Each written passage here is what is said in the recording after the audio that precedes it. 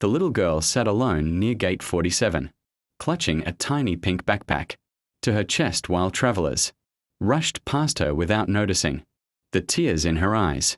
Across from her, a man in an expensive black coat stared blankly out the airport window, looking just as lost as she was.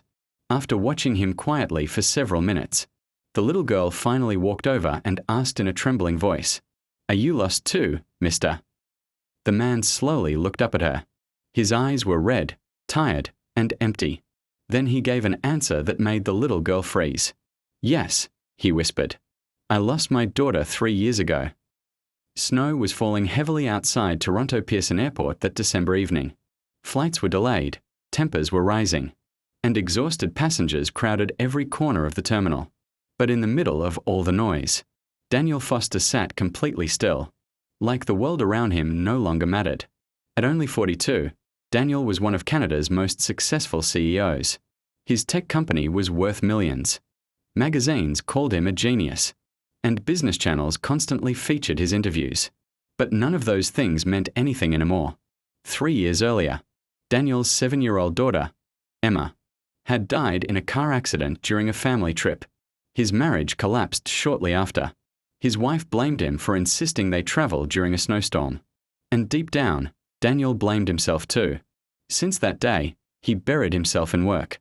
Bigger offices, bigger deals, longer nights. He became rich enough to buy almost anything except the one thing he wanted most: another chance with his daughter. That night at the airport, Daniel was on his way to Vancouver for yet another business meeting he didn't care about.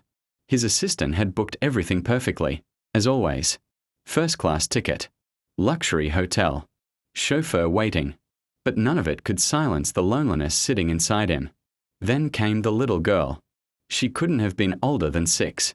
Her curly brown hair peeked out from beneath a winter hat, and her tiny boots looked too worn for the freezing weather outside.